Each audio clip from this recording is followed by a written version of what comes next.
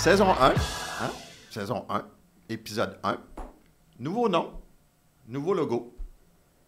Même serpent. Oui, même serpent. Oui. Même Pag. Puis Pag, on y a acheté une table à jeux de mots. On va pouvoir continuer à faire ces jeux de mots. Hein? C'est une table spéciale chez Ikea. À mon plus grand dame. Très content. Très content d'être ici. Moi aussi. Je veux juste... j'appellerais pas ça une mise au point, mais évidemment, sans entrer dans les détails du départ, parce que quand même, beaucoup de gens nous suivent. On a été là pendant 1 an et demi. Je veux remercier Alexandre Panton, qui, il y a 1 an et demi, m'a offert de faire un balado. Et moi, j'ai dit que je voulais faire un balado avec toi. Puis il a ouvert la porte, puis il a accepté l'idée, puis je l'en remercie. J'ai été 8 ans à BPM, je veux les remercier. Ils m'ont traité comme un prince pendant 8 ans. Ça a été 8 belles années de radio. Je ne serais pas ici en ce moment si je n'avais pas eu cette expérience-là. Évidemment, quand on s'est envenu chez Louis KO TV Sport, il n'était pas question de ne pas avoir notre Pag avec nous. Alors, Simon Pag, let's go! Mm-hmm. D'entrée de jeu, j'aimerais vous dire que l'épisode est présenté par Mise au jeu plus, qui vous rappelle de jouer responsablement. Mais en fait, je veux vous dire merci beaucoup les gars de m'avoir amené avec vous. Salutations aussi à BPM, des gens que j'aime toujours et que j'aimerai longtemps. Mais je suis très heureux et je me considère privilégié de continuer la route avec vous. Merci beaucoup. Super. Bon. Simon, évidemment, le camp le tournoi des recrues vient de se terminer dimanche. J'étais là avec Pag, d'ailleurs, sur la tribune de presse du Centre Bell. Puis à un moment donné, pendant le match aussi, je t'ai dit, bon, là, Simon, là, garde ça avec attention, puis garde un œil sur Ryan Backer, on va y revenir. Ouais.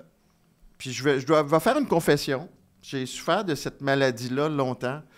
Ça m'a pris des années avant de m'en sortir. Celui de s'emballer trop vite avec un tournoi des recrues.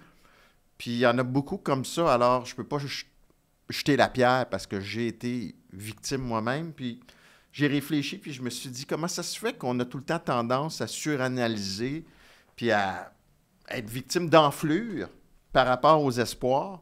Puis je me suis dit, il n'y a pas eu de hockey de l'été à chaque année. Et là, le premier événement arrive. Et c'est sûr que tout le monde est excité, d'autant plus qu'avec le Canadien, la saison s'annonce intéressante. Et on n'a rien eu à se mettre sous la dent, fait qu'on c'est sûr qu'on a tendance à en mettre beaucoup. Fait qu'on va vous en donner, évidemment, mais on va modérer aussi un peu les attentes. Puis, les écailles se sont fait aller quand même, hein, dans la dernière semaine. Tu avais hâte que ça commence. Qu'est-ce que tu as dit? Ah, je vais éteindre des feux. Qu'est-ce que tu veux éteindre, là, monsieur le pompier? Par lequel veux-tu que je commence? J'imagine que tu vas vouloir commencer par Oliver Kapanen. Oui, ben regarde, c'est parce que quand je parle d'éteindre des feux, c'est que je trouve que justement, il y a un engouement qui est absolument incroyable pour certains joueurs dans ces tournois-là. Et dans ces tournois-là, et c'est pas juste le Canadien, c'est à travers la Ligue, c'est très disparate comme formation. Il y a des joueurs de 21, 22 ans qui ont déjà de l'expérience dans la Ligue nationale, quelques matchs. Il y a des joueurs juniors de 18 ans qui sont fraîchement arrivés, des rangs juniors. Il y a des joueurs invités qui probablement ne feront jamais la Ligue nationale. Et là, après 2-3 jours de pratique, tu assembles tous ces joueurs-là ensemble, tu fais une équipe, puis tu affrontes une autre équipe qui est bâtie de la même façon. Toronto, là, oui. C'est un ramassis de joueurs repêchés. Écoute, je regardais ça, là. 6e tour, 7e tour, des joueurs invités. T'es généreux, là. Moi, je peux te dire que dans tous les jeunes là, qui étaient sur la glace, tu avais Ottawa, Toronto, Winnipeg, Montréal, là. Des joueurs qui vont avoir un impact là, dans la Ligue nationale. Écoute, c'est-tu 5%? Ben, écoute, tu avais à peu près 90 joueurs qui ont joué. Ouais. C'est ça. Il va peut-être en avoir 5. Écoute, je ne veux pas commencer par Kapanen. Non? Non. Je veux commencer par Demidov. OK. Il me semble que... Oui. C'est rare. Je pense qu'on a donné un petit cadeau aux partisans samedi soir. C'est le fun. Il y a beaucoup d'enfants qui ont l'occasion d'aller au Centre Bell, peut-être pour la seule fois de l'année. Et puis, ils ont vu Demidov en chair et en os donner un bon spectacle. Un bon spectacle. Ben, un excellent Un spectacle. Un Juste pour spectacle. rappeler Bon. aussi à nos nouveaux auditeurs que tu l'as dit, tu l'as claironné depuis un an, toi qui es quand même assez prudent dans tes analyses des espoirs du Canadien. Ben, des espoirs en général. Des espoirs en général aussi. Oui. Que Demidov était pour toi le meilleur espoir depuis Guy Lafleur à Montréal, Oui, à l'attaque, en tout cas. à l'attaque. À l'attaque. Ouais.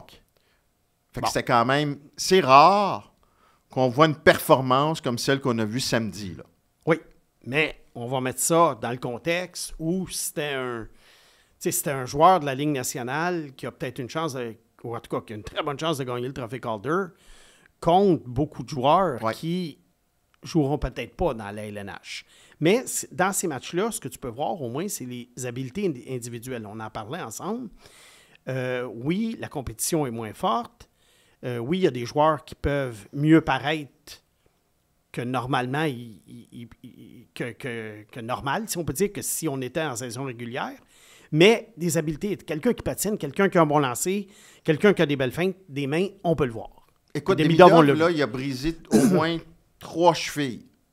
Oui. Les gars tombaient, carrément, là. Ça Moi, vous j'ai pas a-tu? vu ça souvent. Des gars tombaient. Quand il a fait il s'est fait la petite passe sur l'arrière du but pour la reprendre, le gars est tombé. Ben, c'est sûr que dans les 30 dernières années, il n'y a pas beaucoup de joueurs. En fait, c'est ce qu'il y en a eu. Est-ce qu'il y en a eu? Repêchés par le Canadien comme ça? Non. Je sais que le Canadien n'a pas toujours choisi dans le top 5, mais ils ont quand même choisi dans le top 3 quelquefois. Si on peut se rappeler Galchenyuk, Kotkaniemi, Ouais. bon, enfin.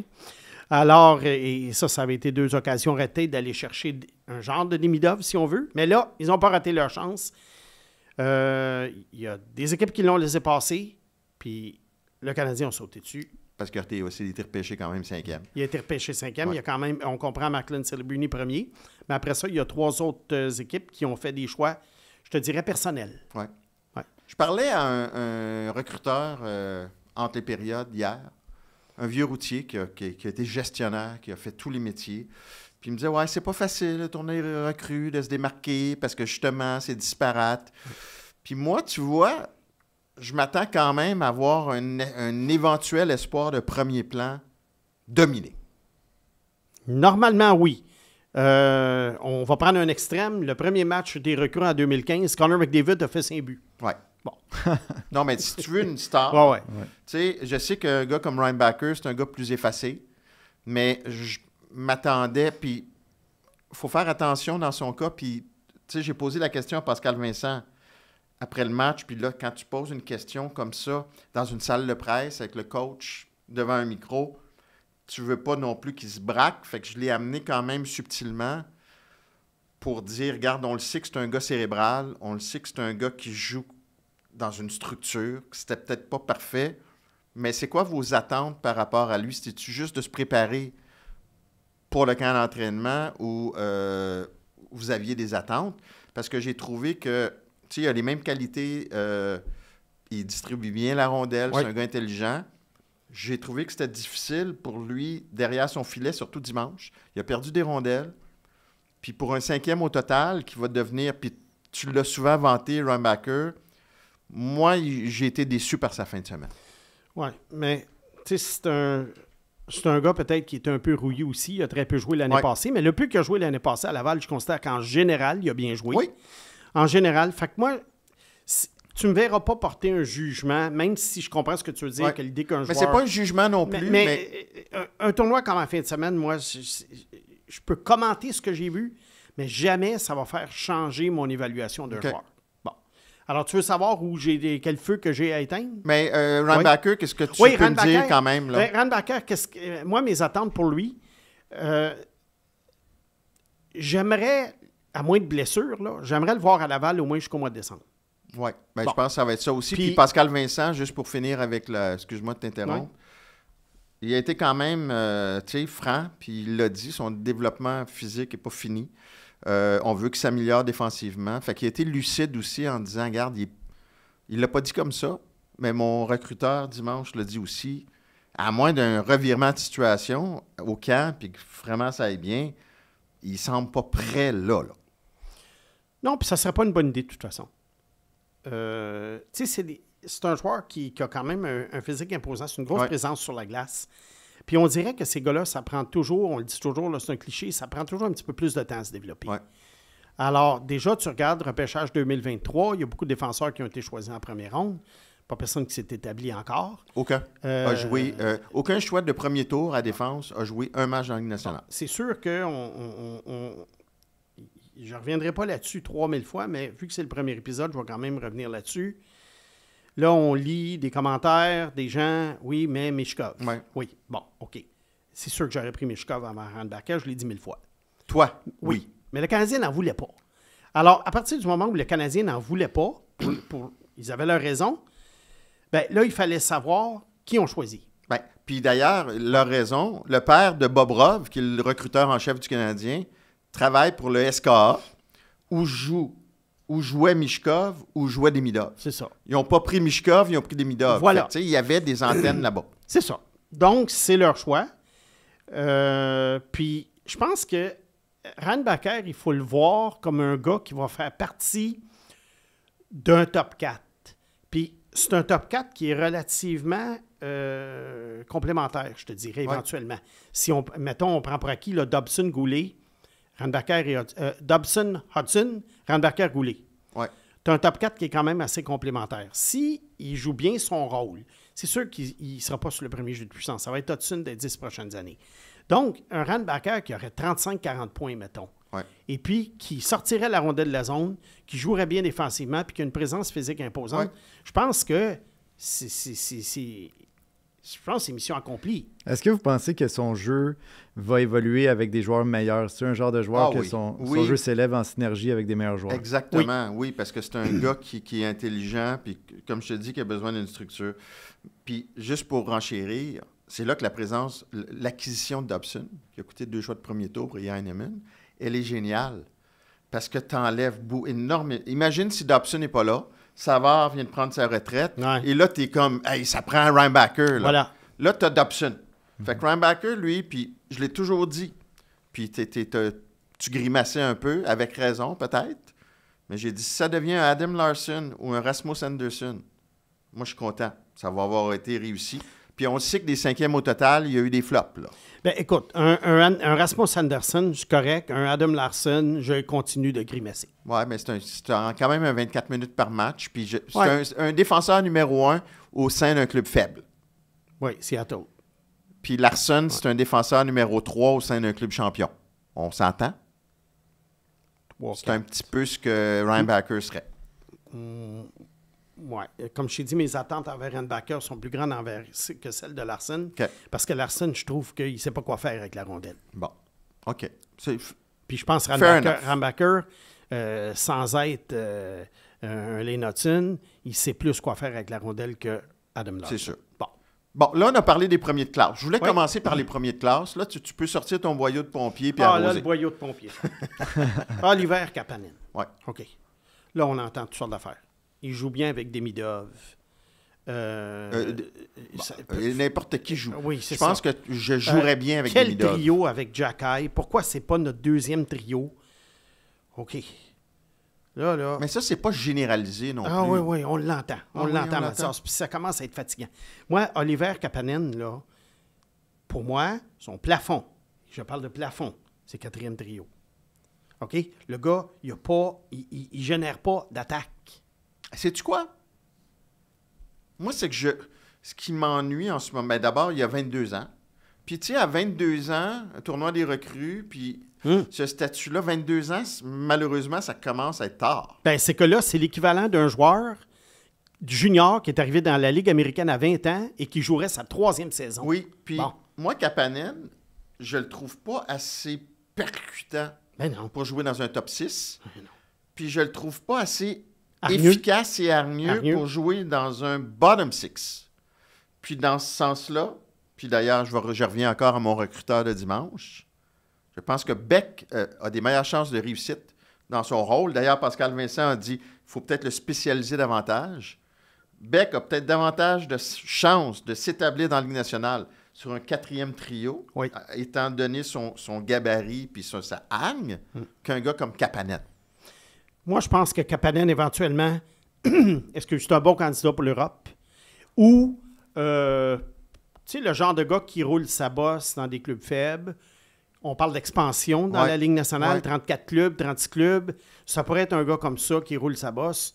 Mais jamais, jamais. Écoute, si ce gars-là est dans le top 6 d'une équipe, cette équipe-là va avoir combien de points à la fin de l'année? Écoute, on sait jamais. Il y a toujours des miracles, mais les probabilités sont faibles. Il ne démontre pas. Il le démontre pas dans ses aptitudes.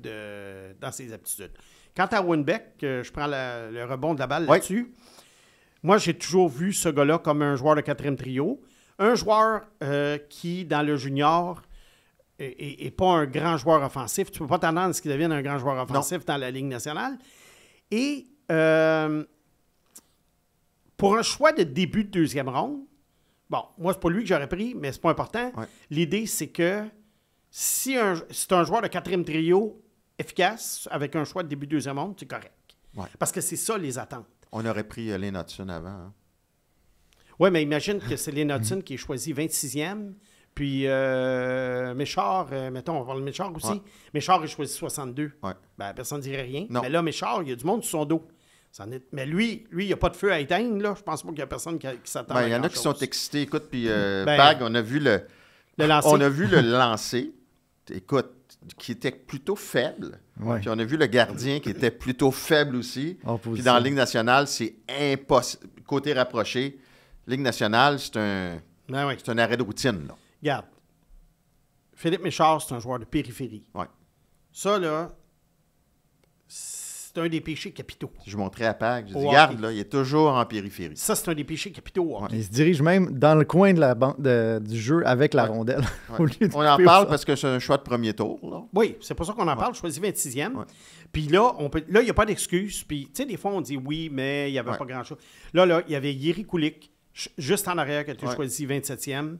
Et c'était deux joueurs qui avaient un profil pratiquement identique. Un joueur en Tchéquie, un joueur en Slovaquie. Ouais. Tu sais, vraiment, il n'y a pas d'excuse là-dessus. C'est pas la fin du monde de moffer un choix de fin de première ronde. La majorité des clubs en moffent. Mais, fait que je ne veux pas avoir l'air juste du gars négatif. Non. Mais il faut quand même appeler un chat un chat. Un serpent un serpent. Un serpent un serpent. Méchard, on fait une croix là-dessus. Kapanen, comme tu dis, Mathias, si c'est pas le top 6, c'est où? C'est-tu un gars de quatrième trio? Ouais. Je le sais pas. Il n'y a pas d'identité. Il n'y a pas d'identité. Et là, après ça, on s'emballe sur toutes sortes de joueurs. Va pas trop loin, là. Quoi? Ben, tu m'as nommé des noms, là. Que... Non, mais regarde, là, je veux juste prendre un petit peu mon raisonnement, là. Puis j'ai pensé à ça pendant l'été, puis je me disais, comment ça se fait qu'il y a tant d'emballements, souvent, pour des choix de 5e ronde, des choix de 6e ronde à chaque année. Les analystes d'espoir nous craignent ça, puis nous craignent ça, puis nous craignent ça. On l'a vu par le passé, que ce soit chez le Canadien, n'importe quelle autre équipe de la Ligue. Fait que j'ai fait une petite recherche. Les choix de ronde 3 à 7. Ouais. J'ai pris 2 équipes qui ont la réputation de bien repêcher. Dallas, Anaheim. Bon choix. Bon. Et là, j'ai regardé. Combien de choix entre les rondes 3 à 7 de Dallas ont eu une carrière digne de ce nom dans la LNH? Puis là, je ne parle pas de devenir une vedette. Là. Je parle d'un gars établi là, qui a un bon contrat puis qui joue 3, 4, 5, 600 matchs. La dernière fois que c'est arrivé, c'est en 2013, alors qu'ils avaient repêché Nick Paul. Depuis ce temps-là, les Stars de Dallas n'ont pas repêché de joueurs. Il va peut-être en avoir là, qui ont été repêchés les 2-3 dernières années, mais peu importe. Il y a eu Jamie Benn, mais ça fait 2007. Ça fait 2007. C'est le dernier joueur établi. Chez les Ducks, il y en a 2. Troy Terry, 2015, 5e ronde, et Luca Dostal, le gardien de but, 2018. C'est pas beaucoup. Chez le Canadien, j'ai fait le tour des choix depuis 10-15 ans. Bon, le dernier qui s'est établi, c'est Jake Evans, 2014. Ouais. Il y a Jordan Harris, 2018, qui est en voie de s'établir, 164 matchs de jouer. Mais je vais vous nommer d'autres noms là, qui ont été... Arbor Xhekaj, qui n'a pas été repêché, qui est là comme joueur plus marginal. Ouais. Et évidemment, il y a Joshua Roy qui aimerait quand même te faire mentir cette année. On verra. Ouais. Le dernier qui a eu un impact, c'est Brendan Gallagher, repêché en 2010. Ouais. Bon. Et là, je regarde ici, il y en a quand même une douzaine qui ont joué un peu ou qui sont en voie de jouer. Alors, Joshua Roy, 35 matchs. matchs. Jakub Dobeš, 19 matchs. OK. Lui, peut-être. Ah ouais. Sean Farrell, 6 matchs. Je pense que ça va s'arrêter Non, là. ça. Il y a Raphaël Harvey-Pinard qui est parti de l'organisation, 84 matchs. Mathias Nordlinder, 6 matchs. Cam Ellis, Caden Primo, 55 matchs. Camélis a été rappelé de Trois-Rivières. Là. Faut Oui, attention, là. c'était dans le temps de la COVID, mais Ouais. je l'ai inclus dans les stats. T'es généreux. Cale Fleury, 77 matchs. Victor Mété, 248 matchs, mais OK, ça s'est ouais, arrêté là. Michael Piazzetta, 200 matchs. Mais on s'emballe au Bon, début. Lucas Vedemo, 13 matchs, et Ouais. Brett Lernout, 21. C'est parce qu'on s'emballe au début, puis Ouais. on se dit, hey, quelle surprise, puis finalement, on attend, les années passent, puis tu te dis, ouais, finalement. Fait que c'est ça, les choix de 3-7 depuis 10-15 Ouais, ans. ouais. C'est plus rare. Fait que, écoute, c'est le fun. Moi-même, j'en nomme des gars. J'avais nommé Will Zellers il y a 2 ans, que j'aime Ouais. bien, qui est rendu dans l'organisation des Bruins de Boston. J'avais Cooper Simpson cette année, qui a Ouais. été choisi en 3e ronde, que j'aime beaucoup. On le fait tous, ça. Ouais. Tu sais, on essaie tous de viser les coups de circuit parce qu'il y en a des coups de circuit. Ouais. C'est juste qu'il ne faut pas regarder des matchs de recrues puis triper sur tout le monde. Ben, tu sais, regarde. Puis on a ce réflexe-là, souvent, de se dire, hey, il y aura pas. Il y en a trop. Tu sais, on se dit ça, Oui. il y en a trop. Oui, oui. Mais tu regardes, hier, puis samedi, les joueurs qui vont avoir un impact dans la Ligue nationale, pour le Canadien, là. Puis Demidov n'était pas là hier, dimanche. Mhm. Peut-être Fowler, on verra. Oui, Peut-être Reinbacker, on verra. oui. Écoute, après ça, Oui, bien, c'est que, par contre, le Canadien a des espoirs qui n'étaient pas là en fin de semaine. oui, mais C'est même sûr. les autres années, c'était souvent la même affaire. Puis Ah oui. tu parles souvent de l'entonnoir. Ah. Mais regarde, là. Slavkovski, Suzuki, Caulfield, Hudson? Bolduc, Oui. Demidov, Oui. Dak pour l'instant, New. Tu sais, il n'y a pas de place en avant. Puis à défense, tu as Hudson, Dobson, Goulet, Madison. Il n'y a pas beaucoup de place non plus. Fait que c'est le fameux entonnoir. L'entonnoir, il est là, puis c'est qu'à un moment donné, on dirait que c'est quasiment que c'est un peu comme le principe de Peter. Ouais. Tu sais, les joueurs, ils atteignent des niveaux. À un moment donné, ils atteignent des niveaux à un moment donné où c'est fini pour eux autres. Ils ne peuvent pas aller plus haut. Puis c'est normal. Tu sais, il y a des milliers de joueurs. Puis dans la Ligue nationale, ben, tu sais, il y a Ouais. quoi? Il y a 32 équipes, 20 joueurs, tu as 700 joueurs, à peu près, là. Fait que tout ça est normal. Puis c'est pour ça que je trouve ça... Tu sais, moi, je suis passionné des espoirs. Ouais. Je les suis. Mais avant de m'emballer pour des choix de Ouais. 5e ronde, faut que j'en voie plus. Mais Puis ce que j'aime, Simon, c'est que quand tu aimes, c'est qu'on le sait qu'il y a de la qualité, là. Puis tu sais, comme un gars comme Demidov, ben, tu nous l'as dit en partant Ouais. que J'étais c'est pas le seul, un par joueur exemple. spécial. Je n'étais pas le seul, par exemple, mais... Simon, il n'y a pas juste toi qui va clair dans le jeu de Ivan Demidov. Il y a nos amis chez Mise au jeu qui nous proposent un pari quand même intéressant, puis je pensais vous en parler pour le balado. Ils suggèrent un pari qui est disponible jusqu'au 17 avril 2026. Fait qu'il reste encore beaucoup de temps pour parier, mais ils disent le nombre de points total qu'Ivan Demidov pourrait avoir lors de la prochaine saison. Donc, avec une cote de 1,85, over 62,5 points ou under. Tu l'avais dit l'année passée, me semble, non? Combien de points il ferait? Oui, j'étais dans la soixantaine, je pense. Ouais. Ouais. Mishkov en a 63. On a eu 63. Ouais. Tu vois, moi, écoute, là c'est sûr qu'il y a les blessures là, qui peuvent entrer en de compte, mais je pense que Demidov, moi, je le voyais à peu près autour de 65-68. Quand même. Ouais. Ce qui est une excellente. Bédard n'a pas eu ça sa première année? Ouais. peu Il a près. été blessé. Par contre, Bédard, Ouais. Celebrini aussi, Ouais. 63, mais il a été blessé. Il a manqué quand même une douzaine de matchs. Puis là, Demidov, par contre, il ne sera pas dans la situation de Celebrini où il va jouer, où il a joué à toutes Ouais. les sauces. Il va être sur l'avantage numérique. Il ne sera pas nécessairement sur le premier trio en partant. On va voir qui va être son joueur de centre. Mais moi, je pense que 65-68, Ah ouais. c'est très réel. Pensez-vous qu'il va avoir le traitement Lane Hudson? Tu sais que lui, il a dû vraiment gagner Le ses gadget, galons De se faire traiter de gadget player? par le Snake. Non, mais ce que je veux dire, tu sais, il a eu à gagner ses galons avant d'avoir la première avantage numérique. Toute la ville a été obligée de crier après Ouais, mais on y a l'entraîneur. donné On y a donné en on y série. a donné en ben, série. en fin de saison puis en série. Oui, parce que Lane était la main cassée. Ouais. Mais pensez-vous Ouais. que... Ah, Ouais. bon, je pense que...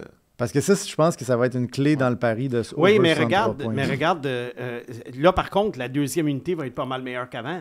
Parce que tu risques d'avoir Bolduc, Dobson sur cette unité-là. Ben, la deuxième? Oui. Ouais. Même Bon, Je pense qu'ils Dobson, vont alors, séparer ça les rose. deux. Ouais. C'est ça. Alors, si Demidov est avec Bolduc Dawson, oui, il y a moins de secondes ou de minutes là, de temps d'avantage numérique, mais il va quand même jouer avec des bons joueurs. Et, oublie pas une chose, quand un gars se met à produire à un moment donné, c'est lui qui dicte son C'est temps sûr. de glace. Mais c'est fou quand même de se dire que Demidov pourrait être un premier choix total, puis ce serait pas gênant de dire ça. Là. mais non. Oui, dépendant des T'sais, années, ouais, évidemment. mais il là. pourrait Ouais, très dépendant des facilement années, être, là, ouais. Puis, Mais l'année de Celebrini, c'est Celebrini, d'après moi, là, une petite parenthèse, là. Celebrini, selon moi, quand les McDavid, Draisaitl, Kucherov et compagnie, à un moment donné, vont se faire rattraper par le temps, là, tout le monde se fait rattraper par le temps, je pense que McLean Celebrini, je ne sais pas quel trophée il va gagner. Je ne sais pas s'il va gagner des trophées Art Ross, ça, c'est dur à prédire. Mais je peux te dire que le joueur dans la Ligue nationale de hockey, le plus utile, le meilleur joueur pendant une période, à un moment donné, pendant un 5-6 ans, ça va être McLean Celebrini.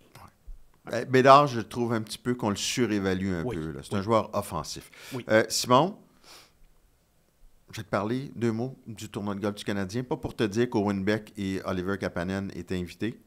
J'espère que non, parce que... En tout cas, continue. Ils sont peut-être bons au golf. Ouais, mais- J'ai aimé l'approche quand même. Tu vois, l'an dernier, la direction avait parlé de mix. On va être dans le mix, qui était quand même habile, parce qu'on disait on veut être compétitif sans promettre les séries. Et là, l'équipe était quand même... Puis on a tendance à l'oublier. On est emballé, puis cet été, on a croisé des gens, puis le monde a hâte que ça commence. Ça reste une équipe jeune. Ouais. Et là, on a été prudent encore cette année en disant, regarde, on veut continuer de croître. Moi, j'aime l'approche. Au lieu de commencer qu'un jeune groupe à promettre des séries éliminatoires, quand même qu'ils pensent à l'interne, tu n'as pas besoin de l'annoncer. Tu n'as rien à gagner à l'annoncer publiquement. Je vais en profiter un peu parce que toi, tu n'es pas dans la direction du Canadien. C'est quoi tes attentes envers le Canadien cette année? Regarde, tu sais, si tu me demandais de prédire qu'est-ce qui va arriver aux Canadiens des prochaines années, c'est sûr qu'il n'y a personne qui a une boule de cristal, mais j'aime ça mouiller. Tu sais. Oui. Puis j'ai tort, j'ai raison, c'est pas grave, j'ai eu du fun. La saison, d'après moi, la plus difficile à prédire pour le Canadien dans les 5-6 prochaines, c'est cette année. C'est ce que j'ai répondu tout l'été. Ouais. Tu me dirais qu'ils ont manqué les séries puis qu'ils ont eu 87 points, petite régression avec l'année passée, je te dirais ça se peut. Tu me dirais qu'ils ont eu 101 points, ils sont 3e dans la division, je te dirais ça se peut. Parce que ce stade-là, excusez-moi, il y a un ce de trop, tu l'enlèveras. À ce stade-là de la reconstruction, c'est vraiment l'étape, puis on l'a vu que les Devils du New Jersey il y a quelques années, c'est l'année où, puis les sénateurs d'Ottawa, où il peut avoir un recul. Oui. Moi, ce que je disais aux gens cet été, c'est l'an prochain, là, je peux te dire qu'ils vont faire les séries. Ça serait vraiment un échec. Oui, c'est ça. Mais cette année, ça peut aller encore dans tous les sens, parce que ton noyau est encore pour la majorité de 25 ans et moins, de 24 ans et moins. Regarde, moi, il y a 5 reconstructions que je suis avec grand intérêt. Ouais. Il y en a 4 dans l'Ouest. San Jose, Anaheim, Chicago et Utah. C'est des reconstructions qui m'intéressent. Il y en a qui sont plus avancées que d'autres. Il y en a qui ont des points d'interrogation, par exemple Chicago. Mais ce que ça montre, c'est que le CH, d'après moi, a en ce moment la meilleure reconstruction dans l'Est. Ouais. Puis n'oublie pas que, tu sais, dans l'Ouest, il va y avoir juste une équipe qui sera en finale de la Coupe Stanley. Ouais. Parmi celles-là. Mettons que ça serait parmi celles-là. Alors, Canadien, la voie est ouverte. Parce que, qu'est-ce qu'il y a? Bon, il y a les Devils du New Jersey, qui étaient très prometteurs il y a 2 ans. Il y en a qui voyaient en finale de la Coupe Stanley. Ils ont manqué les séries.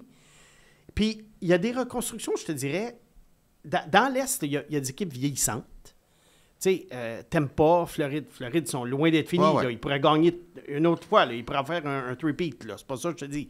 Mais je te parle dans un horizon de 4, 5, 6 ans. Ouais. Il y a des équipes vieillissantes Boston, qu'on sait quand pas, même, qu'on ne sait pas comment ils vont se renouveler. Et il y a des reconstructions qui sont remplies de points d'interrogation. Par exemple, Ottawa. Ottawa, il y a un beau noyau, mais est-ce qu'Ottawa a vraiment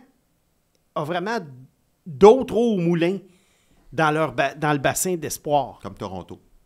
comme Toronto? Est-ce qu'il y a vraiment de l'auto... Tu sais, le Canadien, oui, on a vu les gars en fin de semaine, il y a des Midov, mais il y en a d'autres qui s'en viennent. Ben oui. Il y a Michael Hage, il y a Zarovski, que j'aime bien. Ouais. Il y a Jacob Fowler. Tu sais, alors, il y a quand même... Il y a quand même de l'eau au moulin qui s'en vient. Il y a Tosca Ivo. Il fallait que j'y fasse faire. Oui. Ben ça, tu n'as pas eu le temps oui. d'éteindre le feu. Non, mais à Toskoïvou, cet été, là, il y a un paquet de monde qui se sont emballés quand il a fait 6 buts dans un tournoi amical. Oui, en pleine canicule. Écoute, Oui, mais ils ont le droit d'être bons dans la canicule. C'est des camps d'entraînement. Quand Et puis même. là, Pas parce qu'il fait chaud. regarde, le gars, là, à Toskoïvou, ça va être un joueur du Rocket de Laval. Point. Puis à un moment donné, quand il va cette année d'être un joueur du Rocket de Laval, il va se retourner en Liga. C'est ça qui va arriver avec Atos Koivu. Atos Koivu ne sera pas un joueur régulier à Montréal. Je le dis là, le 15 septembre 2025. Ah, t'es déjà rendu. Oui. Fait que là, je vais tout venir ça. Si au championnat junior, il fait 7 buts, puis. OK. Hey, on a beau avoir changé, d'être revenu à notre formule d'il y a 12 ans. Là, chez moi, avec Atos Koivu, j'avais de l'urticaire à fin juillet, alors que j'essayais de décrocher des espoirs puis du hockey pour prendre un break, pour recharger mes batteries. Puis là, je voyais passer les tweets sur Atos Koivu. Puis là, j'hyperventilais. Puis je me disais, non, on tombe encore dans ce piège-là. Bon, parenthèse terminée, j'ai dit ce que j'avais à dire. Tu vois pas une valeur parce que là, mettons, dans tous les documentaires qu'on a vus sur le Canadien, on a vu Jeff Gorton puis Kent Hughes miser sur le gabarit puis les joueurs qui sont capables de se démarquer de ce côté-là. Oui. Puis, tu sais, par exemple, avec Jacky, pendant le camp d'entraînement, on a vu qu'il donnait une belle place, notamment sur le premier trio avec Kapanen puis Demidov. Mais est-ce que ça donne pas une meilleure chance, étant donné la construction que le Canadien veut prendre, à ces joueurs-là un peu marginaux que leur force est plus le gabarit que les mains, mettons? Oui, en ce moment, oui. Oui, mais, tu sais, il y a quand même... Il y en a d'autres de meilleurs qu'Atos Koivu, là, en passant. Là. Non, c'est ça. Bon, mais ces gars-là, on peut... Ce que Pat, tu veux dire, peut-être, c'est ce style de joueur-là. Puis, on va finir là-dessus, le premier bloc sous peu. Je reviens encore à mon gestionnaire / recruteur. Puis dimanche, j'ai dit, toi, t'en as un sur la glace, là, aujourd'hui, là. Lequel tu prends pour ton club actuel, là, si je te donne le choix de... Ah, il dit Florian. Oui, je comprends. Un gars de 6 et 3, 2, 17. Il dit, la rondelle le suit tout le temps. Oui. Tu sais, il est quand même pas... Fait que ça va être un gars intéressant à surveiller. Avant de conclure, Mathias, là, j'ai encore d'autres affaires qui me passent par la tête. Là. Toi, en plus de te mouiller, t'aimes ça arroser et éteindre les feux. Écoute, mais le serpent des eaux. Non, c'est moi qui suis en feu. Là. Ah oui? En feu? Tu sais, on n'a pas eu l'occasion, toi et moi, ensemble, de commenter l'échange Mailloux-Bolduc. Hey, sais-tu quoi? On va commencer le bloc... Oui, dans le Serpent en liberté. Ah oui? Parce que j'ai une déclaration choc à faire sur l'échange Mailloux-Bolduc. Écoute, Pag, toi, tu devais être à garderie quand on a commencé, d'ailleurs. Mathias, c'est le serpent. J'ai pas eu le temps d'en parler au début de l'émission. Nous, on a parti ça il y a 13 ans, notre balado chez nous. Hein? Oui. Avec t'apportais les micros puis tout ça. Oui. Sur un iPad qu'on enregistrait ça. J'ai l'impression qu'on remonte dans le temps aujourd'hui. Ah oui. On revient pour le deuxième bloc. Deuxième bloc, le serpent en liberté. Puis là, écoute, t'es parti sur ton envolée, là. Oui. Fâche-toi pas. Ben, c'est ça. J'ai plusieurs petits points que je vais passer par-dessus là-dessus assez rapidement, mais j'ai plusieurs points. Alors, j'avais commencé sur l'histoire du CH qui avait la meilleure construction dans l'Est, selon moi, à date. Parce qu'il y avait des points d'interrogation. On a parlé d'Ottawa, mais il y avait 3 autres équipes dont je voulais te parler. Tu nous gardes Logan pour la fin. Non, le prochain point. Parfait. Détroit. Je pense qu'il y a quand même... ils sont allés chez Carter Bear, un de mes préférés, mais c'est quand même une équipe, d'après moi, qui n'a pas suffisamment de joueurs de gros impact. Là. Une vedette. Là. C'est quoi le plan à Détroit? On en a souvent parlé. On se demande. Je pense que Détroit va devenir une bonne équipe, mais pas nécessairement une grande équipe. Je ne les vois pas aspirer à la Coupe dans les prochaines années. John Gibson est rendu là. Oui. Gardien. Oui. Bonne équipe, mais je ne sais pas. Est-ce qu'ils vont faire les séries cette année? Mais je ne vois pas des grandes équipes à Détroit. Buffalo, on réinitialise ou on semi-recommence pour la 14e fois. Là, on s'est débarrassé de beaucoup de petits joueurs habiles parce qu'on se disait qu'il fallait changer le mix de l'équipe. C'est-tu Peterka que tu t'aurais changé? Ben, c'est ça. C'est ça, là. Puis c'est ça que je comprends pas. Cousins, on va chercher Josh Norris. Je déteste pas Norris, mais c'est quand même un gars qui a un passé dans les blessures. Bon, on échange. Mathieu Savoie, on va chez Ryan McLeod, ça c'est bien, d'Edmonton. Mais Rasmus Dahlin, il est bon, Rasmus Dahlin, il est excellent, Rasmus Dahlin. Mais est-ce que c'est suffisant? Non, c'est pas suffisant parce que Owen Power est pas devenu, est pas à la hauteur. Tu sais, on parle souvent des premiers choix au total. Là. Owen Power, vraiment, là, c'est un gars que je pense que dans quelques années, quand on va faire le repêchage de 2021, même si c'était pas une grosse cuvée, c'est pas une grosse cuvée. Je pense que Power va quand même se retrouver assez loin. Puis ça sera pas une grande cuvée pour le Canadien non plus. Non. Logan Mailloux. Mailloux aura donné Bolduc. Ils l'ont échangé au bon. Tu sais, quand on disait de l'échanger avant qu'il soit trop tard. On en parlait l'an passé, toi et moi. On en parlait. Et il y a les Flyers. Les Flyers qui ils vont chercher Luchenko l'année passée. Cette année, Porter Martone, oui, je comprends, un gros joueur, ça peut être utile. Mais tu sais, je trouve qu'il y a trop de pièces du casse-tête à Philadelphie. Il manque trop de pièces en ce moment. Tu sais, puis on en parlait, là. On y va pas après coup, là. Byam était disponible à ce rang-là, là. Ils ont reculé, puis ils ont pris Luchenko. Oui. Tu regardes Byam, qui est un candidat, on verra ce que ça donne, mais il a joué en série au Minnesota. Oui. C'est un candidat au Trophée Calder. Regarde. Il y a Trevor Connolly qui était là aussi. Ah, mais là, il est encore blessé, Trevor Connolly. C'est ça. Trevor Connolly, ça faisait partie de mes points. Oui, tu en as moins parlé l'hiver dernier. Là. Oui, il n'a pas beaucoup joué. Il n'a pas beaucoup joué, mais il a quand même terminé la saison à Henderson, dans la Ligue américaine. Il a joué quelques matchs. Il a montré des beaux flashs, je te dirais. Il a 4 points en 6 matchs à 18 ans. Cependant, Connolly, moi, il y a une affaire qui m'a toujours préoccupé, mais qui me préoccupe encore plus, c'est que Trevor Connolly ne prend pas de force physique. Et là, le coach de Henderson a dit en fin de semaine que c'était une blessure à réévaluer à chaque semaine pour Connolly. Il devrait jouer à Henderson cette année. Il ne s'en ira pas dans le junior majeur canadien, à ce que je comprends. Mais c'est bien qu'il aille dans la Ligue américaine à 19 ans, mais les matchs j'ai regardé tous les matchs qu'il avait joué Anderson, toutes ses présences sur la glace, et il était extrêmement facile à bousculer. On ne peut pas dire que son père biologique / spirituel s'est développé physiquement au fil des années. Là. Non, c'est sûr, sauf que je ne suis pas un joueur de hockey de la Ligue nationale. Ou j'aspirais, j'ai jamais aspiré à jouer dans la inside pour les nouveaux auditeurs, c'est un petit inside joke qu'on avait fait l'an dernier. Fait que Connolly, c'est là où on en est rendu. Alors, j'attends son retour de sa blessure. On va voir comment ça se passe à Henderson cette année. Mais de grâce, quand je lis que c'est un flop, on parle du repêchage 2024. Toi, tu lis trop d'affaires, là. Où est-ce que tu as lu que c'est un flop, là? Tu as une personne sur Non.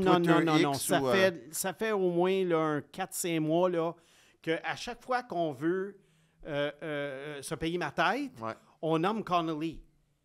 Tu sais, nommer Tyson Jost. OK? Parce que là, c'est d'ores et déjà établi que Tyson Jost, ça ne deviendra pas un joueur de 70 points. Mais Trevor Connolly, est-ce qu'on peut attendre un peu? Il y a des gens comme toi qui ont attendu 6 ans après Jesperi Kotkaniemi. Tu l'as tellement aimé, ton Connolly. Tu l'as tellement aimé. Oui, mais je continue de l'aimer. Parfait. Puis je suis content qu'il soit Anderson cette année puis qu'il soit sorti de Providence College où finalement, les joueurs d'attaque, les joueurs offensifs ne pouvaient pas s'épanouir. Fait que je suis juste déçu de la blessure. Bon, moi, je suis content d'avoir aimé Hudson. Oui, parfait. Voilà. C'est dit. Bon, Logan Mailloux maintenant. Ah! Quand j'ai vu la transaction, je l'ai vu sur X, c'était le compte du Canadien. Oui. Et là... C'était pas le 1er avril. Non, c'était le 1er juillet ou 30 juin, en tout cas, quelque chose de même. Et là, j'ai cru que c'était un faux compte. Oui. Tu sais, des fois, il y en a qui sortent des faux comptes. Il y avait des faux Bob McKenzie, il y avait des faux insiders. Là. Et là, je me dis, ça doit être un faux compte du Canadien. Bolduc contre Mailloux. Mais moi, disons, ça là, n'a pas de sens. Le 21 mars 2025, je te dis, dans Boule de cristal, le Canadien va chercher Zachary Bolduc pour Logan Mailloux. Toi, tu perds connaissance. J'aurais dit que tu vivais dans un monde de licorne. Et je vais te dire pourquoi. C'est parce que Doug Armstrong, c'est un DG que je respecte beaucoup. Si ça avait été Peter Chiarelli ou quelqu'un comme ça à l'époque, je t'aurais dit OK, ça se peut. Mais Doug Armstrong, J'en ai même parlé dans le podcast l'année passée, comment j'aimais le travail que ce gars-là Ouais. faisait. J'aime la relève des Blues, j'aime regarder jouer cette équipe-là. Est-ce que c'est des scouts professionnels, des recruteurs professionnels qui lui ont vanté Mailloux à ce point-là, le potentiel de Mailloux? Mais tu sais, je comprends je comprends le raisonnement derrière l'échange. Les Blues ont une défensive, ils ont beaucoup de jeunes en attaque, mais ils ont une défensive vieillissante. Et on voulait rajeunir la défensive. On avait besoin de quelqu'un du côté droit. Alors là, on se dit, OK, Mailloux est disponible. On a un surplus, entre guillemets. Moi, j'aime pas ça parler de surplus, mais il y avait un petit surplus d'attaquants dans ce genre-là. Mais Zachary Bolduc... Qu'est-ce que tu aimes justement de Bolduc pour te dire « wow ». Bolduc, j'aime son implication. J'aime son talent offensif. C'est pas, là, on ne parle pas d'un gars de 45-50 buts, mais on parle d'un gars qui a un beau talent offensif. J'aime son implication dans le jeu. J'aime son physique. J'aime le fait qu'il va chercher des rondelles dans le coin. Après ça, il va se placer devant le filet pour prendre un lancer. Il a un bon lancer. Il était comme ça dans le junior. Il a continué à être comme ça à Saint-Louis. Sa progression, je te dirais, a toujours été... J'aime ça quand ça monte une côte, la progression, tu sais. Puis vers la fin de la saison, il était un des meilleurs joueurs des Blues. Puis là, on l'échange contre un joueur, et c'est ça que je voulais dire, qui, d'après moi, là, à moins qu'il y ait des blessures puis qu'on soit obligé de le garder, d'après moi, d'ici Noël, Logan Mailloux, il est dans la Ligue américaine. Puis 20e show au total, Bolduc, je pense, hein? L'année de Mailloux. Oui. Si c'est pas 18, là, mais Oui, 18 ou 20. Oui, avant 20. C'était avant 20. C'était dans le top 20. Alors... Puis nous, ben, on achète la paix, parce qu'à force de donner notre avis sur Mailloux, oui. alors que c'est pas qu'on n'aimait pas le jeune homme, mais on le répétait. Oui, puis pour les nouveaux auditeurs, là, aucun rapport avec l'incident d'il y a 4 ans. Là, ça, c'est dossier clos. Là. Moi, je juge les joueurs selon les performances sur la glace. Puis Logan Mailloux, je trouve que dans sa zone, il y a de la misère avec sa prise de décision. Il a l'air dans l'une. Puis je sais qu'il y a un gros lancer, mais un gros lancer là, pour un joueur de défense à la pointe, c'est plus à la mode comme ça l'était avant pour les plus vieux qu'un gars comme Sheldon Surrey. Chez Weber. Chez Weber, des gars comme ça. Alors, non, je ne vois pas. Pensez-vous que Bolduc va supplanter Laine sur la deuxième ligne d'ici quelques... Qu'il soit sur une 2 ou une 3 maintenant, là, ça va varier dans l'année d'abord. Ouais. Puis, mais on veut qu'il joue quand même un 17-18 minutes par match, comme il faisait à la fin de Saint-Louis. Mais regarde, là, Jake Evans, le préféré de Pag, là, il joue 17 minutes par match sur une 4. Fait que... Puis, avez-vous vu les clips qui circulent de lui qui se pratique aux mises au jeu contre Nick Suzuki? Je pense qu'il y a un taux de réussite qui doit être au 60% contre Suzuki. Oui, c'est pour ça qu'il y en a qui commencent à parler de lui comme un possible deuxième centre. Ouais. Il a joué au centre plus tôt dans sa vie. Regarde, c'est dur faire... C'est dur passer de l'aile au centre. C'est plus facile de passer du centre à l'aile.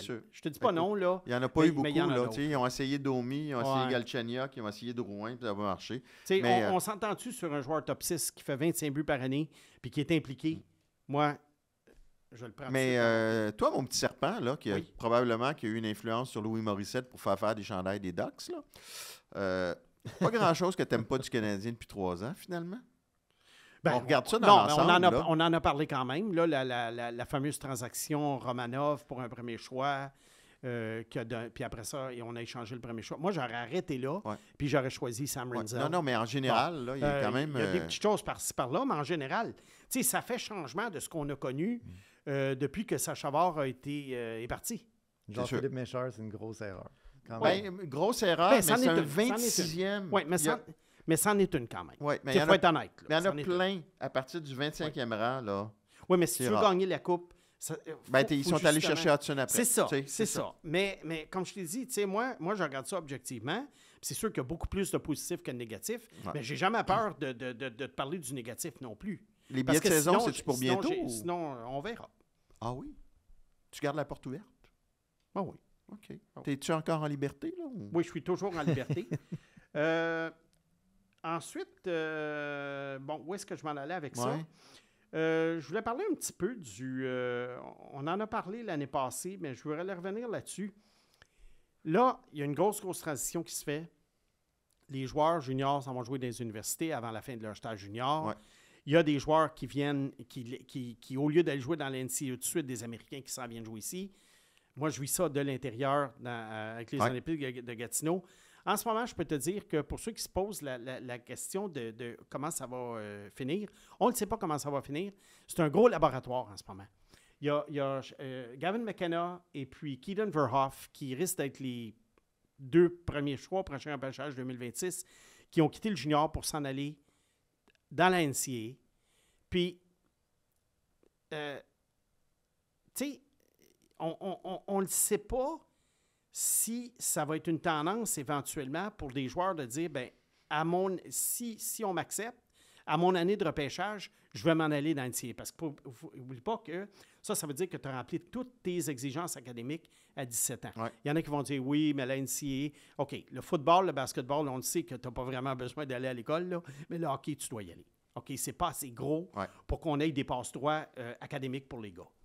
Alors, tu sais, c'est dur à dire. Les clubs juniors accueillent à pleine porte maintenant des joueurs qui avant pouvaient jouer junior A dans la USHL. Est-ce que ces gars-là vont être bons? Tu sais, plus ils vont être bons, plus on va vouloir les avoir, mais s'ils ne sont pas bons, bien, on est peut-être mieux de continuer à repêcher des joueurs locaux. Donc, c'est ça. Mais il y a une chose, moi, que je voulais dire. J'ai fait un préambule pour te dire une chose. J'ai lu dernièrement qu'il y avait un observateur qui avait entendu dire que les joueurs de la USHL songeaient à s'en venir dans la LJMQ en plus grand nombre parce que on parle de joueurs d'école secondaire américaine qui songeaient à s'en venir dans la LJMQ en plus grand nombre, croyez-le ou pas, parce que supposément que ça serait plus facile d'être bon dans la Ligue junior maritime Québec. Bon. Hey, là. Wow. OK, wow. Écoute, d'ailleurs, Mathias en liberté, si je peux me permettre. Oui. Je suis content de voir parce que, évidemment, que j'ai coaché pas mal de la QV 2008 avec les Princes, où on avait tout gagné. Je suis content que Zach Horvat, un de mes anciens joueurs, ait fait les Olympiques de Gatineau à 16 ans. Il est chez nous à Gatineau. J'en ai quelques-uns à surveiller. J'ai Nathan Burch qui était avec les Remparts. Oui. Aiden Kirkwood. Alors, j'en ai... je ne sais pas si j'en oublie, mais... Ouais, c'est intéressant parce que tu les as coachés extrêmement jeunes. Oui, à 10 ans. Puis imagine l'entonnoir là, entre des joueurs de 10 ans puis la Ligue de hockey 14, junior maritime Québec. 14 repêchés dans Maritime 14. C'est énorme. Québec dans Parce qu'à les l'âge 2 années. à l'âge de 10 ans, là, il y a tellement de choses qui peuvent arriver. La croissance physique, les gars, les gens qui lâchent le hockey pour X, Y, Z raison. Mon défi, c'était de les faire jouer en équipe parce qu'à 10 ans, c'était des stars partout où ils étaient. Mm-hmm. Mais en tout cas, on est bien content d'avoir Zachary à Gatineau. Bon, good. Fait que c'était ça, mon segment du serpent liberté. T'es-tu senti en liberté? Oui, c'est correct. Oh, j'ai dit tout ce que j'avais à dire. Puis la semaine prochaine, il va y avoir d'autres affaires. Bon. Là, il y a Free Pag, mais Pag, il s'en vient. Là. Mais malgré sa table à jeu de mots, il n'a pas sévi encore, mais il est libre Vous de ne payez le faire. rien pour attendre. Yes, sir. Troisième bloc. Écoute, d'habitude, le troisième bloc, on faisait l'analyse des équipes. C'était pas un serpent en liberté, c'était un serpent en liberté conditionnelle, finalement. Pourquoi je dis ça? Non, mais regarde, il y a 32 équipes. Ouais.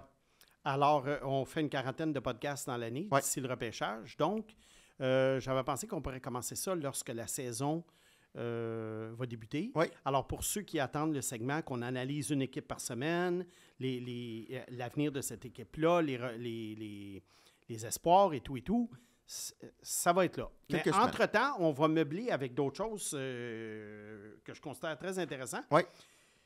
Tu sais, on fait souvent, puis surtout, nous autres, on est les premiers à le faire, essayer de deviner qui va gagner la Coupe des 10 prochaines années. Oui.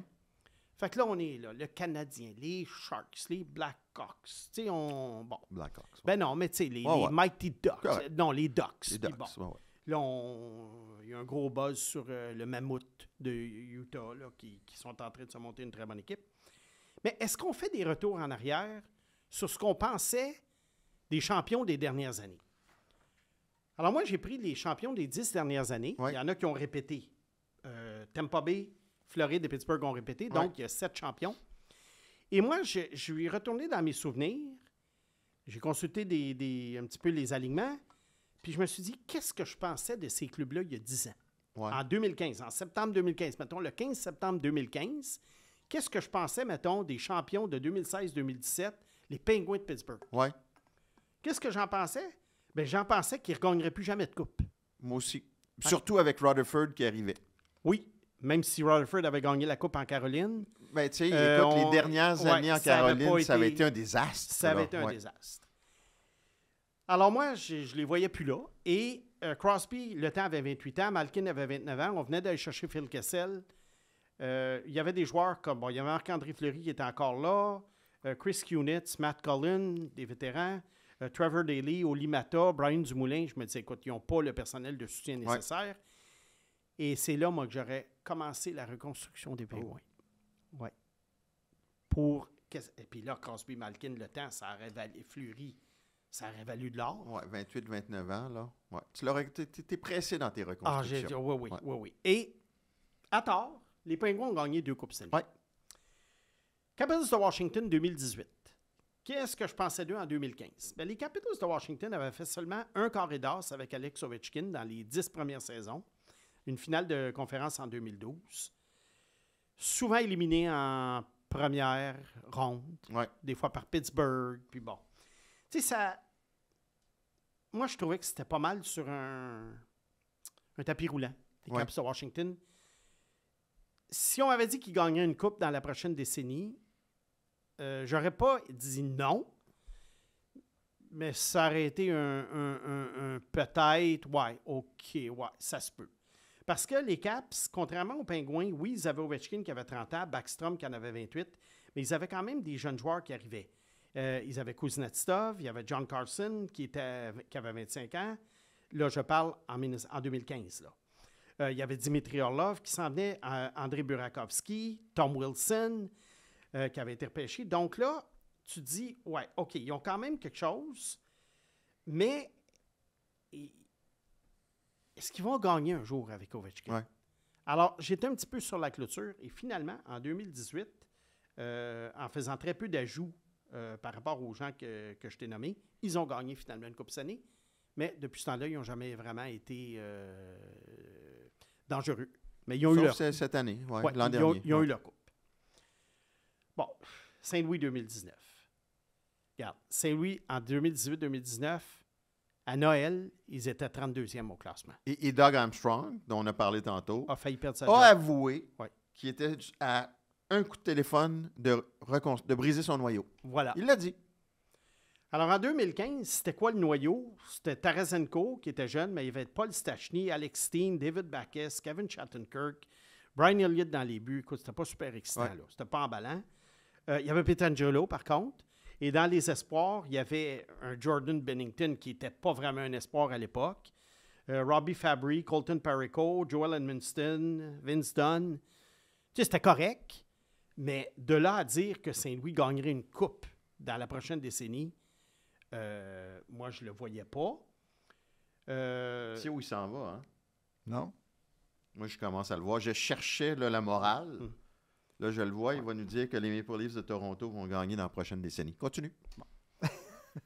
Ils sont allés chercher, cependant, Ryan O'Reilly, Brady Shen. Ils ont repêché Robert Thomas. Ils ont allés chercher Barbachev. Et Bennington a connu... Il a été béni des dieux pendant... Thomas, par contre, n'était pas là Il était pour une la recrue. coupe. Oui, il était là. Il était recrue. Oui, il jouait sur un 3e trio. OK. Oui. Et Bennington a été béni des dieux. Écoute, c'est un gars qui avait été prêté à la filiale des Bruins de Boston parce qu'il manquait de gardien de but. Ouais. Puis à un moment donné, on le rappelle, puis Bennington gagne. Et contre qui il a gagné en finale? Les Bruins de Boston. Contre les Bruins de Boston, en effet. À qui il avait été prêté. Et c'était l'année de la vieille chanson des années 80, Gloria, qui jouait après chaque victoire. Tu sais, ça avait été un genre de... Pietrangelo, tu sais, les clubs que tu as nommés depuis le début, ça reste quand même qu'il y avait des hauts choix au repêchage qui étaient là comme piliers. Oui, que ce soit eux qui aient repêché ou que ça ait été des acquisitions. Puis avec ceux qui s'en viennent aussi, là. Oui, exactement.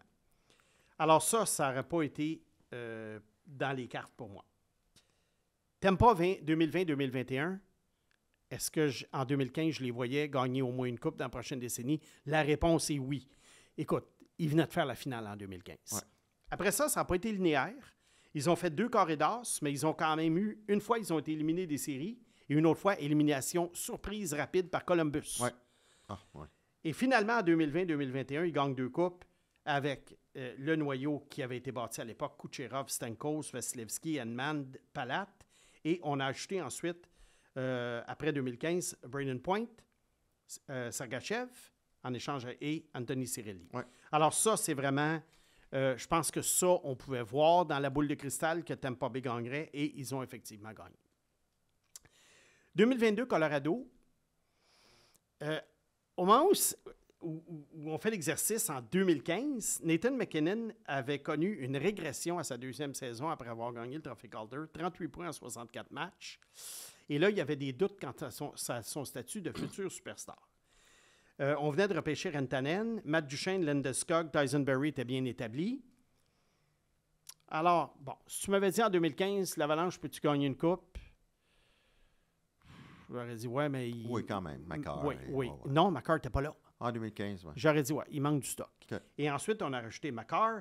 Et là, Joe Sakic s'est mis au travail. Nazem Kadri, Arturi Lekonet, Devin Tays, Andrei Burakovsky, Valérie Nichushkin, JT Comfort. Ouais. Et c'est là vraiment, on a échangé Matt Duchene. Et puis là, ça a vraiment, vraiment décollé. Mais si tu m'avais demandé, par contre, en 2018-2019, est-ce que l'Avalanche va gagner plus qu'une coupe? Je t'aurais dit oui.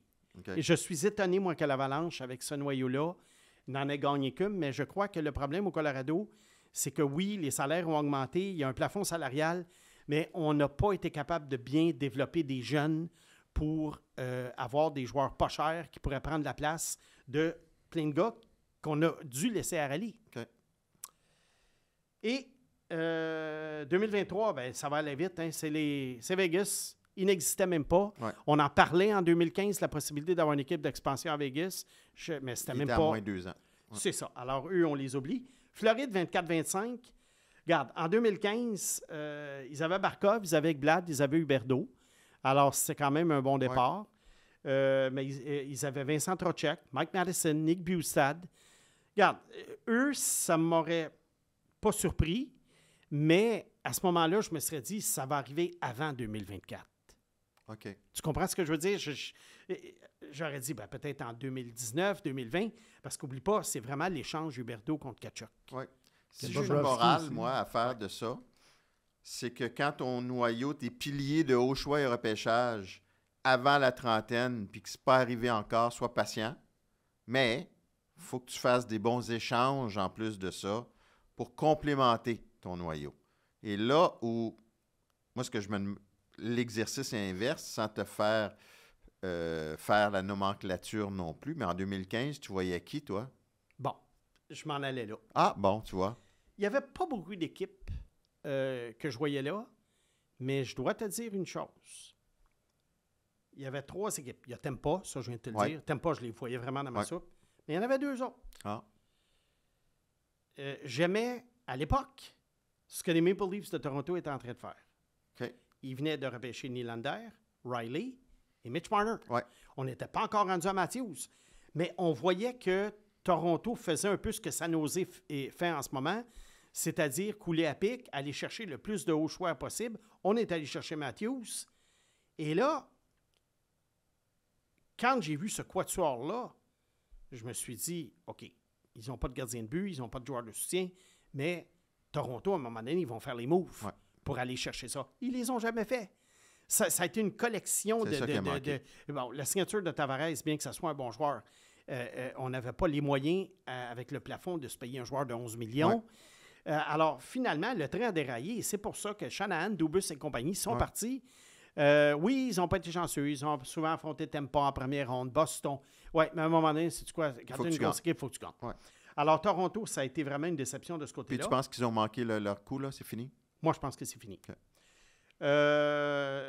Bon, des clubs comme LA, Chicago, qui venaient de gagner, moi, je les voyais sur la descente, alors on n'en parle pas. Et l'autre équipe que je voyais là, bien évidemment, on venait de repêcher Connor McDavid à Edmonton. Regarde, ils sont rendus en finale, 7 matchs, 2 fois. Il y a 28 ans. Oui. C'est pas fini. Regarde, c'est pas fini, mais on parle de la décennie qui vient de se terminer. Ils n'ont pas gagné. OK. Et à ce moment-là, ils avaient Draisaitl, ils avaient encore Taylor Hall, Ryan Nugent-Hopkins. Là, ça s'en venait. Là, tu m'as nommé 4 attaquants, là. Oui, c'est ça. Là, il pas de gardien, ils pas avaient de défenseur. Darnell Nurse, mais Darnell Nurse, bon. C'est ça le problème. Mais on s'est dit... Même affaire à Toronto. Mais là, on s'est dit, Chiarelli, il va falloir qu'il compense, qu'il fasse les gestes que Joe Sakic a fait. Mais là, il s'en va échanger... comment il s'appelle aux Islanders? Le premier choix qui aurait pu être Matthew Barzal. Ouais. Puis... pour Griffin Reinhart. Pour Griffin Reinhart. Alors, Griffin Reinhart, c'est vraiment pas devenu Devin Taves. Ouais. Puis ensuite, on échange Taylor Hall pour Adam Larson. Taylor Hall, il a été souvent blessé. Il a quand même gagné un trophée Hart après avoir été échangé. Adam Larson, bon, on en a parlé tout à l'heure. Regarde. J'aime mieux Larson que Hall dans le contexte, mais il n'a pas été aussi bon à Edmonton. Non. Mais tu vois, tu as Edmonton-Toronto, 2 clubs qui, pour toi, auraient dû gagner avant. Oui. Puis le dénominateur commun, défense-gardien. Voilà. Tu sais, tu regardes à Tampa. Alors que Tampa, il y a eu Victor Edman et Vasilevski. Et là, tu as Colorado qui a ajouté Makar, qui est un... C'est pour ça que les Sharks, oui, c'est bien, ils ont ajouté Sam Dickinson, puis Askarov dans les buts. Mais Askarov, en tout cas, les gardiens, c'est difficile à prédire. Sans parler de Price. Oui. Mais ça... on peut pas dire qu'ils ont payé un gros prix pour lui. Hein? Non. C'est pas pire. Mais tu vois, Canadien, quand même, la défense, ça commence à être intéressante aussi. C'est ça. Et là, parlant du Canadien, on va terminer le segment là-dessus. Ah. Qu'est-ce qu'on pensait du Canadien en 2015? Est-ce qu'on les voyait comme un possible champion de Coupe Stanley dans les 10 années à venir? Le Canadien avait Price, Subban, Pacioretty, Gallagher, Galchenyuk, qui était relativement jeune, toute la gang. Dans les plus vieux, ils avaient Plekanec, Markov. Il y avait un Philippe Danault qui s'en venait. On ne savait pas qui deviendrait Philippe Danault, mais il s'en venait. Moi, je ne les voyais pas là parce que je trouvais que... je voyais pas le... Tu sais, il venait de repêcher Michael McCarron, Nikita Sherbak, Noah Juleson. Parce qu'il avait eu du succès, il repêchait tard, Oui, mais je voyais pas comment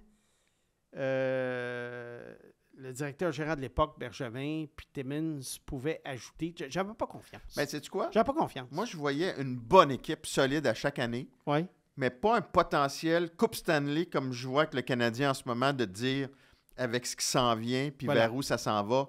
Eux, ils ont une chance. Canadiens, en ce moment, ils ont une chance éventuellement dans les prochaines années ou les prochains 5 ans, 7 ans, d'en gagner une. D'ailleurs, la semaine prochaine, Mathias, dans le même segment, on est en septembre 2025, 10 ans après 2015. Là, on va faire l'horizon 2025-2035.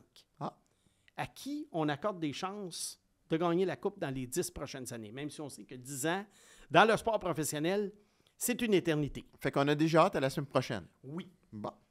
Parfait. 4e bloc, mon beau Simon. Pag, es-tu prêt à mériter le pont d'or qu'on t'offre pour travailler à nos côtés? Absolument. Puis d'ailleurs, je vais inviter les gens là, à commenter. C'est comme ça a toujours été dans la section commentaires du YouTube. Si vous l'écoutez sinon en balado, rendez-vous au chaosport.tv, donc chaos-sport.tv. Avec un S sport, hein? Exact. Important. Dans la section communauté, retrouvez Mathias et le serpent. Et là, vous allez pouvoir, à chaque semaine, laisser vos questions comme avant.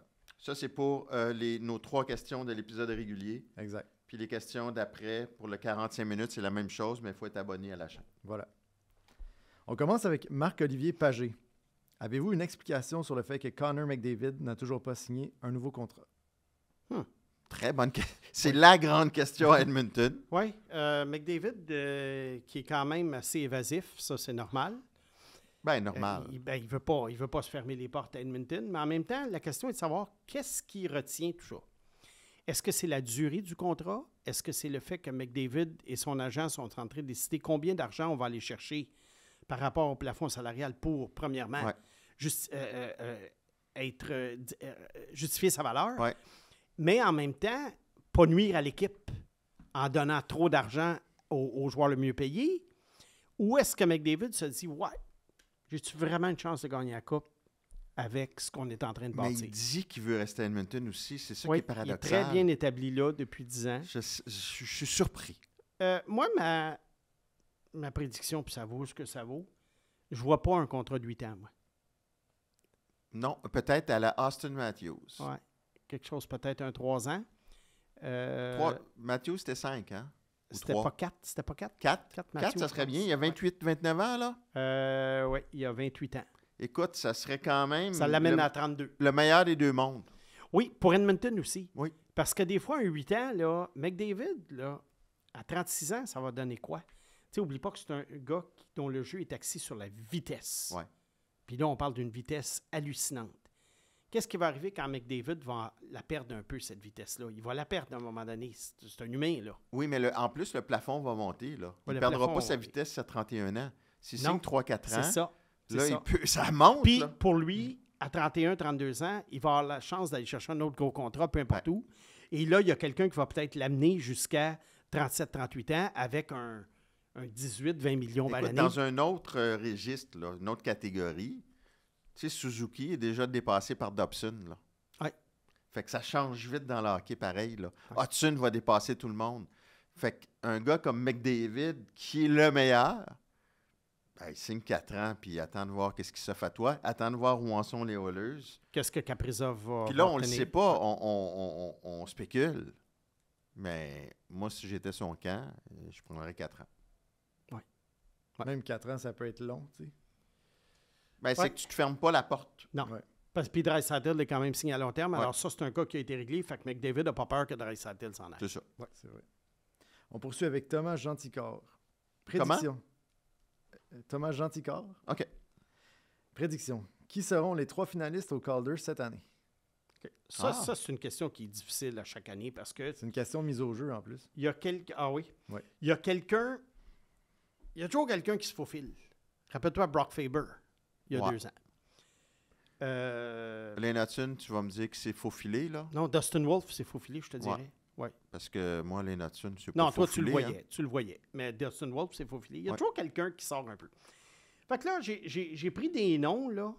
Tu sais, j'ai hésité. Bon, c'est sûr que Demidov, on va régler ça. Là. Ouais. Demidov, il est là. Il va le- Puis s'il n'est pas blessé, il va le gagner. Puis s'il gagne, ce serait la première fois, on le rappelle, depuis les Bruins de Boston, Ouais. en 67-68, là. Je n'étais pas né. Qui a eu 2 Qu'il y a eu 2 joueurs gagnants de de la même Trophée équipe Calder de suite. consécutifs. Ouais. Alors, Demidov, le cas est réglé. Donc, il en reste 2. Ouais. Il y en a qui tu sais, il y a des noms là, qui sont mentionnés. Zane Parekh, Ryan Leonard, Parekh, ouais. Alexandre Nikishin. Ryan Leonard, avec ce qu'on a vu en Il série. est mentionné. Il est mentionné. Moi, je le vois pas là. là. Vas-y avec les premiers de classe. là. Ouais, ben, tu sais, les Matthew Schaefer, Michael Misa, je pense qu'ils sont trop jeunes. Michael Misa. Lisa, ouais. Écoute, Michael Misa, peut-être dans le top 6. Byam, moi je me dis Ouais, Byam Ziv- au Minnesota. Zivoyam, oui. Mais j'ai été obligé de trancher pour d'en trouver 3. Ah. Alors, je suis allé avec Demidov, évidemment. Je suis allé avec Sam Rinzel, défenseur des Blackhawks de Bon Chicago. point, bon point. Premier avantage numérique. Déjà le défenseur numéro 1 des Blackhawks.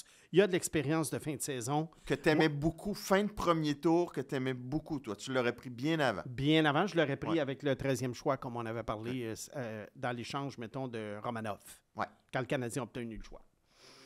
Et là, moi aussi, Ziv Boyum, oui, il va jouer. J'ai hésité. Kapanen, deuxième centre, là, il va avoir beaucoup Nick de temps Chin de en jeu. Caroline, je ne sais pas, il y a beaucoup d'expérience de la KHL. Est-ce que ça va se transposer dans la LNH du point de vue offensif? Mystère et boule de gomme. Alors, je suis allé avec un attaquant qui a une chance de jouer top 6 grâce à l'échange de Bolduc, c'est Jimmy Snuggerud à Saint-Louis. Alors, si Snuggerud va chercher un 45 points, Ah, ouais, hein? il pourrait être finaliste. Tu sais, oublie pas, le Trophée Calder, c'est pas tous des gars de 80 points, là. C'est qui le défenseur offensif qui va jouer sur la première vague de supériorité numérique à San Jose? Ah! Dimitri Orlov? Ouais? Ouais. Ça sera pas Sam Dickinson? Non. Sam Dickinson, d'après moi, on va l'amener tranquillement. Et il va certainement avoir ses 9 matchs. Mais après ça, je ne sais pas ce qu'on va faire avec lui. On va peut-être l'envoyer au tournoi junior. Regarde, Sam Dickinson, je pense pas que ça devienne un dynamo offensif dans la Ligue nationale. Les Sharks ont besoin d'un vrai corps arrière pur. Puis, je suis surpris quand même que tu n'aies pas nommé Matthew Schaefer malgré son jeune âge. Premier Ah. choix total. Oui, Tu il n'a pas beaucoup t'en joué as dans tellement oui. parlé. Garde, il est peut-être dans le top 6. Mais historiquement, le Trophée Calder, va souvent aller à des joueurs un petit peu plus vieux. Là, les gens aiment ça, les cartes cachées. Oui. Nomme-moi une carte cachée, là. Le Calder, là. Tu sors des terrains, mais des sentiers Ah, tu veux battus. dire si Demidov se blesse? Nomme-moi en un, oui, c'est ça, là. On le sait que c'est des millions. Ben, moi, je te l'ai dit. C'est je ne sais pas si c'est une carte cachée, mais. Carte cachée. Ouais. T'es bon là-dedans. Je vais aller avec Michael Misa. C'est ce que j'ai dit. Ouais. Bon. Carte cachée, mais vraiment cachée. Là. Parce que je ne sais pas si Il va peut-être jouer deuxième centre à San Jose. Il va peut-être jouer deuxième centre. S'il n'est pas mis à part. Bon, et voilà. Et voilà, Le on l'a premier eu. jeu de mots On l'a eu. de Mathias et le serpent. Ouais, C'est fait. ouais. C'est réglé. Puis là, un joueur que je veux mentionner, une recrue, Isaac Howard, qui a été obtenu par les Oilers d'Edmonton. Regarde, là, toute personne qui joue avec McDavid, là, je me garde de faire une prédiction parce qu'on ne sait jamais. On l'a vu dans le temps de Mario Lemieux. Il y avait des joueurs pas trop bons qui ont fait 40. Oui, mais qui avec McDavid, Ouais. là? Écoute, ils en ont essayé, là. Tu sais, ils ont Oui. amené Ah oui. Milan Lucic. Il n'y a personne qui est Il y a capable eu de le suivre. Pouliou et Harvey. Il y en a Oui. eu plein qui se sont cassés. Pas facile. Mais- N'est pas Pascal Dupuis Je comprends pas qui l'engouement. veut pour... l'être. Je hein. comprends pas l'engouement pour Howard. Mais parenthèse. Oui, là. qui est capable Tu sais, de des jouer gars comme Dupuis, là, des qui est compléments. capable de jouer avec Crosby, là. Ouais. Il y en Mais a Zach pas Hyman, beaucoup. ça.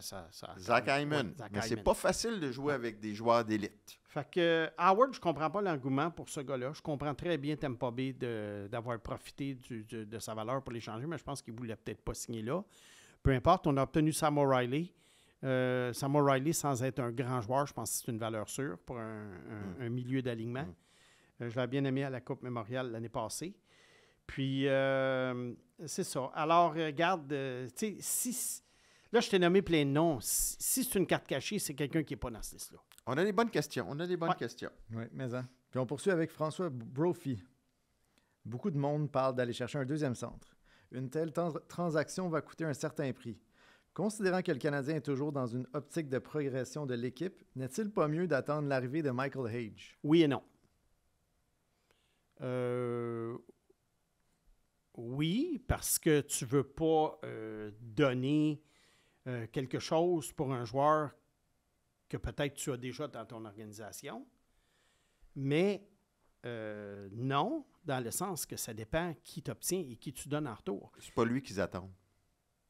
C'est Zarovski? Non. C'est qui? Crosby. Crosby. OK. Le Canadien Mais c'est attend. court. Le Mais c'est- Canadien attend Mais c'est de court terme, voir Sidney Crosby. le C'est court début de terme. saison des Penguins de Pittsburgh. Mais c'est court terme. Et si ça va tout croche, autant du côté de Crosby que du Canadien, Crosby veut jouer à Montréal. Si ça va pas à Pittsburgh, puis on voit qu'ils sont éliminés rapidement, Canadien, moi j'ai l'impression ne prend... Il va avec Dak par défaut en ce moment parce qu'ils attendent de voir ce qui se passe à Pittsburgh. Puis qu'est-ce que ça va coûter? OK. Ben, au moins 2 choix de premier tour puis un espoir qui s'appelle pas Demidov ou Reinbacker. Puis pas Michael Hage non plus.